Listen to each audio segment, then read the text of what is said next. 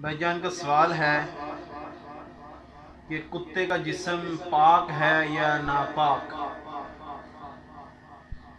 بھائی کہتے ہیں جس جگہ پر میں کام کرتا ہوں ادھر کچھ کتے ہوتے ہیں تو ہمارے ساتھ ٹچ ہو جاتے ہیں، تو ہم کیا کریں؟ اس کا حکم کیا ہے قرآن و حدیث کے مطابق؟ تو محترم بھائیوں، اگر اس کتے کا جسم ہمارے بدن پر لگ جاتا ہے، ٹچ ہو جاتا ہے، تو کوئی اتنی تکلیف والی بات نہیں ہے، نماز ہو جاتی ہے۔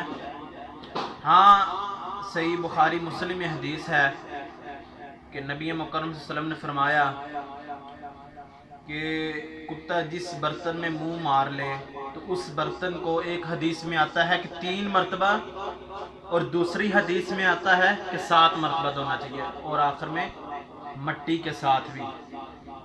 تو نماز ہو جاتی ہے، کوئی مسئلہ نہیں ہے، لیکن اس کے تھوک سے بچنا چاہیے۔ ویڈیو کے نیچے سبسکرائب کے بٹن پہ کلک کریں، بیل کے آئیکن پہ کلک کیجئے تاکہ ہر نئی ویڈیو کی نوٹیفیکیشن آپ کو